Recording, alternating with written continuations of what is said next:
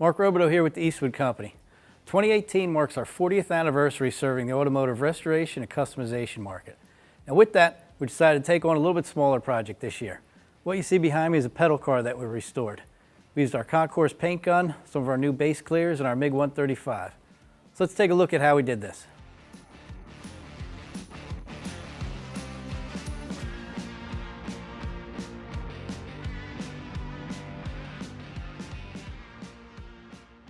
This is something you guys should really consider.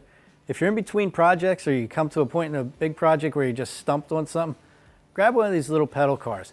It's great to do, it takes about 2 months. You can do it with a son, you can do it with a grandchild. What we did on this, we first fabricated a frame that was beat up pretty bad.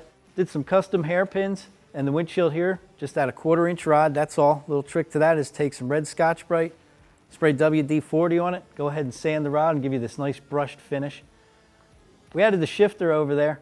That wasn't on the pedal car, obviously. That's something, just machined that and then blasted it with glass bead, give it a cast look to mimic the wheel here. And then just got a little switch in there, gives the kids something to play with some LED lights. Made a custom leather seat for it, and then bared it in our Eastwood burnout blue and chop top base, and then put that into clear. This is real great to hone your skills or try some new stuff and learn some new techniques in there.